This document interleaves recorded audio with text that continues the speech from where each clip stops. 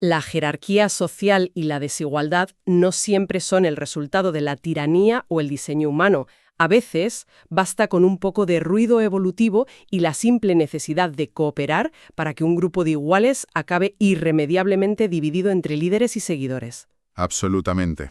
Hola a todos y bienvenidos a este nuevo Análisis a Fondo, un espacio donde desgranamos las investigaciones más fascinantes para entender un poco mejor el mundo que nos rodea y las fuerzas invisibles que lo moldean. Es un auténtico placer estar aquí de nuevo para sumergirnos en un tema que, francamente, toca los cimientos absolutos de cómo nos organizamos en sociedad, desde las comunidades más pequeñas hasta las estructuras globales. Pues sí, hoy tenemos sobre la mesa un estudio que, me ha dejado dándole muchísimas vueltas a la cabeza. Se titula De la cooperación a la jerarquía, un estudio de la dinámica de la emergencia de jerarquías en un sistema multiagente, publicado por Shanshan Mao y Peter Tino de la Universidad de Birmingham. Un trabajo súper riguroso, sí. Básicamente tenemos un modelo basado en agentes, una EBM, que simula interacciones ecológicas y sociales.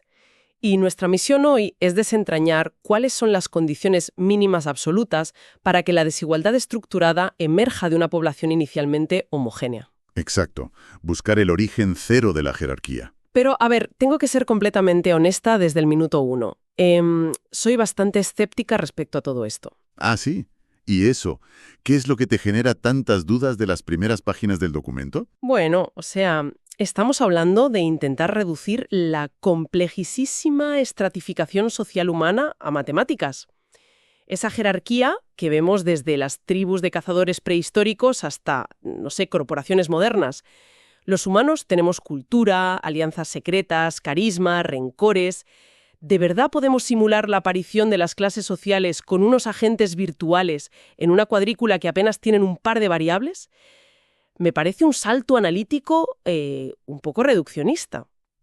A ver, entiendo perfectamente ese escepticismo. Es la primera reacción natural frente a la modelización social cuantitativa. Pero, y aquí es donde quiero defender el documento a capa y espada. Aquí es precisamente donde radica la brillantez del estudio. ¿Ilústrame? Vale. Al eliminar todo ese ruido cultural que mencionas, las rencillas, los discursos, nos quedemos con la física pura de la influencia social. El modelo no intenta simular a Julio César cruzando el Rubicón, intenta buscar el destilado matemático de la desigualdad. Y los resultados demuestran que con un conjunto de reglas increíblemente simples, la jerarquía casi es una inevitabilidad matemática. Vale, vamos a desempaquetar esto despacio. Si vamos a jugar a ser los arquitectos de este universo de bolsillo, necesitamos conocer las reglas del juego. Hablemos de la anatomía de estos agentes virtuales. ¿Cómo están construidos exactamente? Pues imaginemos un entorno bidimensional, una especie de cuadrícula continua. Cada agente es una entidad digital que habita este espacio, y cada individuo mantiene estados internos que se actualizan constantemente. Como en un videojuego de simulación. Una posición espacial en el mapa, un modo de comportamiento actual, y este es el dato absolutamente crucial de todo el estudio, un valor que los autores llaman alfa. La famosa letra griega alfa. Eso es. Este valor alfa representa su capacidad innata, su talento, o podríamos decir, su estatus social inicial. O sea, para que nos entendamos, podríamos verlo como una especie de puntuación de competencia individual, un número que dicta lo buenos que son resolviendo problemas. Exacto. Y basándose en esos estados, interactúan. Hay acciones individuales que no requieren a nadie más. Moverse hacia lo que el modelo llama una aldea si su energía es superior a 10 y están leos. Quedarse inactivos, en modo reposo o idle, para conservar recursos. Y, morir. Que según los parámetros, esa muerte ocurre de forma estocástica, o sea, probabilística, por dos motivos básicos. O la energía llega a cero, que es morir de hambre, o la edad supera un umbral crítico de 10 unidades de tiempo, que simula la vejez. Así es. Supervivencia pura y dura en un entorno hostil. Comes, te mueves, envejeces y mueres. Pero claro, la magia algorítmica y los problemas sociales empiezan cuando metemos a otros individuos en la ecuación. Las acciones conjuntas. Aquí es donde la cosa se complica. Empezamos con la reproducción. Que requiere condiciones estrictas, energía superior a 10 en ambos progenitores, estar en la misma aldea, distinto sexo, y compartir el estado interno de esperar para reproducirse. Además, se frena si el ecosistema se satura. Una simulación de biología pura. Pero luego está la segunda acción conjunta, la cooperación. Y aquí es donde, a mi juicio, el estudio da el salto mortal hacia la sociología. La cooperación aquí no es altruismo, requiere 3 agentes y nace de la necesidad extrema. Muy bien visto. Para iniciar el protocolo de cooperación, el instigador debe tener un nivel de energía peligrosamente bajo, menor a 10. Debe haber recursos cerca y debe detectar al menos a 2 agentes inactivos en las proximidades para formar ese grupo mínimo de 3. Es puro instinto de supervivencia ante la escasez. A ver, para que los oyentes se hagan una imagen mental clara y bajemos esto un poco a la tierra. Me recuerda muchísimo a un grupo de amigos universitarios compartiendo piso a final de mes. Me encanta por dónde vas. Fijaos en la escena. Tienen la energía por los suelos, es decir, la nevera vacía, no hay dinero. Uno detecta que hay una oferta de pizzas 2x1 en el local de abajo, que sería ese recurso cercano. Pero no puede pagarlo ni subir las cajas él solo. Así que mira alrededor y ve a sus 2 compañeros tirados en el sofá jugando a la consola. Los famosos agentes inactivos del modelo. Exacto. La necesidad inminente les obliga a cooperar, juntar las monedas y pedir esa comida. No es que se adoren, es supervivencia básica. Es una analogía fantástica, porque captura el espíritu de la regla 7 del modelo. Fracasarían individualmente. Y aquí entramos en el meollo del poder. Cuando cooperan, alguien tiene que coordinar, alguien tiene que coger el teléfono y pedir la pizza. Claro. En este modelo no hay líderes predefinidos. El sistema usa un mecanismo matemático para elegir a un orador, un speaker temporal, dentro de ese grupo de 3. Vale, y aquí vuelvo a ponerme la gorra de escéptica y saco mi vena crítica. Según la metodología, la selección de este líder se decide mediante una regla estocástica, basada en una función llamada softmax, la ecuación 11 del texto. Sí, la ecuación 11. Seamos sinceros, en la vida real el liderazgo no es una fórmula de probabilidad matemática. En un grupo, el que lidera suele ser el más carismático, el que habla más alto o el que tiene más morro. Reducir la psicología humana a una tirada de dados matemática me sigue pareciendo que ignora cómo funciona el poder en la calle. Es una objeción súper válida, pero creo que estás subestimando la inmensa elegancia de la función softmax. No es una simple tirada de dados ciega. Me atrevería a decir que es la representación matemática más pura del carisma que podemos programar. ¿Ah, sí? Sí. Lo que hace el softmax es ponderar exponencialmente ese valor alfa, la competencia intrínseca de cada agente del grupo. Vale, pero explícanos eso de ponderar exponencialmente, porque suena a jerga estadística de manual. Si un agente es solo un pelín mejor que otro, ¿no deberían tener casi las mismas opciones de liderar? Intuitivamente pensaríamos eso, claro. Imagina que 2 de esos estudiantes tienen capacidades organizativas muy similares. Uno tiene un alfa de 10 y el otro de 10,5. Si usáramos una regla de 3 simple, tendrían casi un 50% de probabilidades cada uno, un empate técnico. Lo lógico, vamos. Pero la función exponencial del softmax amplifica brutalmente esa pequeña diferencia. Ese 0,5 de ventaja hace que la gente ligeramente más competente tenga una probabilidad exponencialmente mayor de ser elegido orador. O sea, desequilibra la balanza de forma drástica. Eso es. No elimina la incertidumbre por completo. A veces, el estudiante menos preparado del grupo, por puro azar, acaba llamando a la pizzería. Pero estadísticamente, a lo largo de miles de interacciones, el que tiene un alfa marginalmente superior va a liderar una cantidad desproporcionada de veces. Vale, te compro que el softmax hace que el sistema sea hipersensible a las pequeñas ventajas y que el talento te da muchísimas más papeletas para liderar. Pero sigo sin verlo claro. Ganar el sorteo de pedir la pizza una tarde no te convierte en el emperador del piso ni crea una clase social. ¿Cómo pasamos de ese milisegundo de liderazgo a la desigualdad estructural? Esa es la pregunta del millón. Y todo se reduce a la distribución asimétrica de recursos. A ver. Cuando el grupo coopera con éxito, generan un beneficio tangible, alimento, pero no se reparte a partes iguales.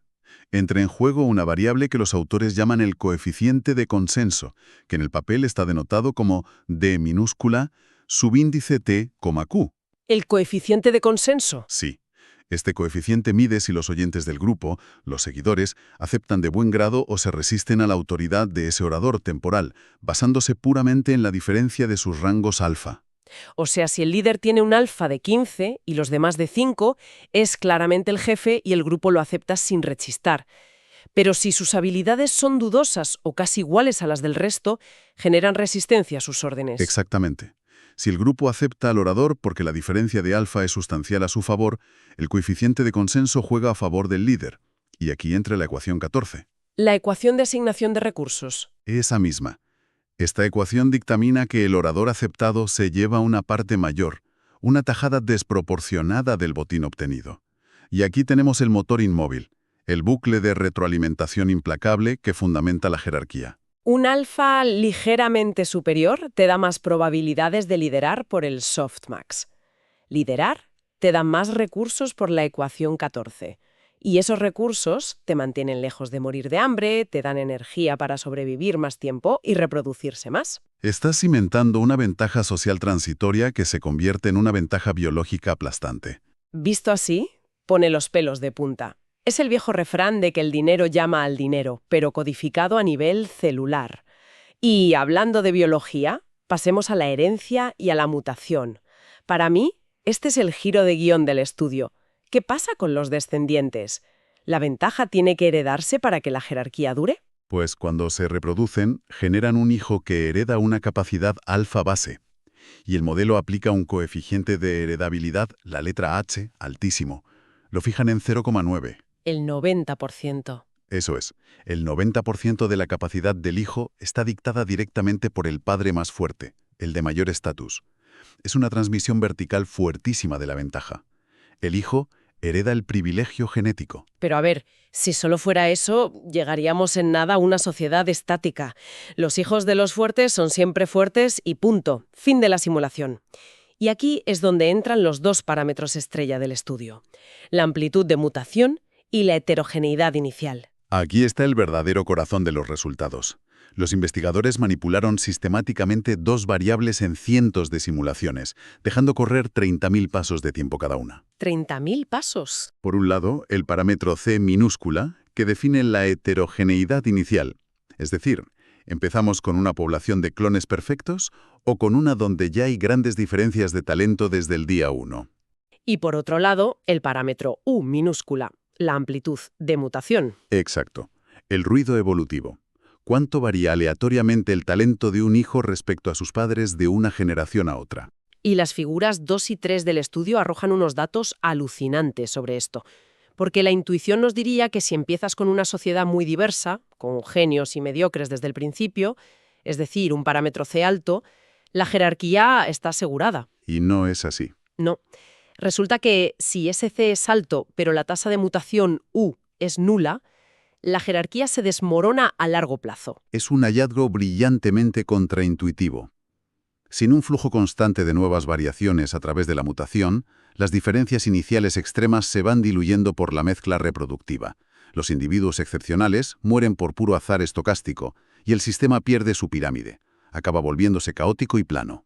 Sin embargo, si elevas el parámetro de mutación a un valor de 1,0 o más, el sistema converge invariablemente hacia una jerarquía sólida. Y lo hace sin importar cómo empezaron en el paso cero. Da igual si eran clones al principio, la mutación consolida la jerarquía de la nada. Es impresionante, ¿sí? Y tengo que detenerme aquí porque las implicaciones filosóficas son brutales. ¿Me estás diciendo que la igualdad a largo plazo, el caos equitativo, solo es posible en una sociedad paralizada donde nadie muta ni evoluciona? En el momento en que introduces innovación biológica o cambios en el talento, esa misma variación construye una pirámide opresiva inevitable. Es una lectura dura, sin duda, pero matemáticamente precisa dentro del modelo. Según los datos, la variación continua es el combustible real del sistema de clases. Actúa como un filtro. Esa mutación constante reintroduce pequeñas diferencias en cada generación, y el mecanismo de cooperación de los estudiantes y la pixia se encarga de filtrar esas variaciones, validando y recompensando a los ligeramente más aptos. Así que la mutación no destruye el orden, lo alimenta. Paradójicamente, lo estabiliza, sí. Fascinante. Pero en ciencia de datos no basta con mirar la pantalla y decir, vaya, parece jerárquico, hay que medirlo. Y para ello importan una métrica de la ecología de redes, la incoherencia trófica, o TI. La denotan como F mayúscula de H minúscula. Una importación metodológica preciosa. La incoherencia trófica evalúa el nivel de orden direccional en redes complejas. Para entenderlo de forma sencilla, imaginad una red alimentaria en un bosque. Un ecosistema natural. Sí. Si la hierba es comida por el saltamontes y este por el pájaro, el flujo de energía tiene una dirección clarísima, de abajo arriba. Esa red tiene una incoherencia trófica cercana a cero. Es una jerarquía perfecta. Pero ¿qué pasa si el flujo se vuelve circular? Si el pájaro también come hierba, o el saltamontes de alguna forma se comiera al pájaro, tendríamos caos direccional. Una incoherencia trófica alta. Y los investigadores aplican esta matemática de quién se come a quién al concepto de quién influye a quién en nuestra sociedad de agentes virtuales. Exacto. Cada vez que el grupo elige un orador mediante el softmax y lo acepta, se crea un enlace invisible de influencia dirigida desde el líder a los seguidores.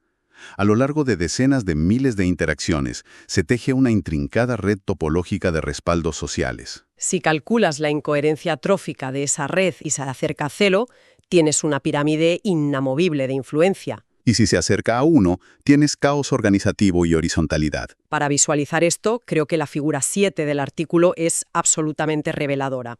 Representa estas redes en el paso 30.000 de la simulación. En el escenario igualitario, donde la incoherencia roza el 0,99. Sí, la imagen lo es todo ahí. Ese escenario parece literalmente una bola de pelo gigante.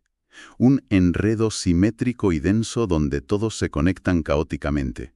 No hay líderes, no hay centro. Es pura horizontalidad desordenada. Totalmente. Pero luego miras el gráfico de alta mutación, con la incoherencia trófica en 0,31, la bola de pelo ha desaparecido. Tienes una pirámide perfectamente estratificada, capas sociales ordenadas y en la cúspide unos pocos nodos gigantes y masivos, que dominan casi todo el flujo de influencia, recibiendo respaldo de las bases. Es la radiografía de una élite gobernando a las masas, dibujada por el algoritmo. Ver esos dos gráficos contrastados te produce un escalofrío intelectual. Pasas de fórmulas abstractas a ver la arquitectura misma de la desigualdad en líneas de código. Experimento a fondo. Es hora de recopilar las conclusiones claras para todos los que nos escuchan. Si tuviéramos que resumir los pilares de este estudio, yo destacaría 3 puntos fundamentales que debemos llevarnos a casa. A ver. Punto número 1. La jerarquía y la desigualdad no necesitan un plan maquiavélico ni coerción institucional. Emergen de forma matemática a través de interacciones locales básicas: sobrevivir, reproducirse y cooperar ante la escasez. Completamente de acuerdo. Y el punto número 2, que rompe los esquemas de la meritocracia, es que la variación constante por mutación evolutiva es infinitamente más decisiva para mantener la estratificación que el talento inicial. Sin cambio constante, las ventajas de partida se borran. Es la evolución continua la que asienta el poder. Y punto número 3. Metodológicamente, es alucinante cómo herramientas de ecología, como la incoherencia trófica de las redes alimentarias, resultan ser precisas para diagnosticar la salud y estructura oculta de nuestras redes sociales humanas. Es que si conectamos todo esto con nuestro día a día, la relevancia es enorme para cualquiera de los oyentes. Este modelo nos ofrece unas gafas nuevas para observar las dinámicas de poder en la oficina o en la junta de vecinos. Nos enseña que la desigualdad no siempre es una imposición vertical maliciosa. A menudo es un fenómeno emergente para coordinarnos de forma eficiente frente a los retos del entorno. Cuando veáis surgir a un líder informal de la nada, recordad el softmax operando silenciosamente. Exactamente, las matemáticas del carisma. Pues para despedirnos y cerrar este análisis, quiero dejar a todos los oyentes dándole vueltas a una idea nueva. Si este modelo demuestra de forma empírica que la jerarquía surge invariablemente por pequeñas variaciones biológicas aleatorias, ¿qué pasará en las próximas décadas cuando los humanos empiecen a editar genéticamente su propia biología o a mejorar su alfa cognitivo con tecnología e implantes? Ese es un terreno pantanoso. Claro, si empezamos a manipular intencionadamente esos parámetros de mutación y herencia que comentábamos, no crearemos una jerarquía social tan monstruosamente rígida que ninguna revolución social podrá desestabilizarla jamás. Una pirámide inamovible, diseñada a medida. ¡Qué miedo! Ahí os dejo esa reflexión para vuestras conversaciones de esta semana. Un agradecimiento inmenso a todos vosotros por acompañarnos una vez más en este profundo análisis de los datos. Os animamos a seguir mirando el mundo con ojos críticos y a cuestionar las jerarquías que os rodean cada día, ahora armados con una perspectiva mucho más matemática. Hasta la próxima. Hasta pronto.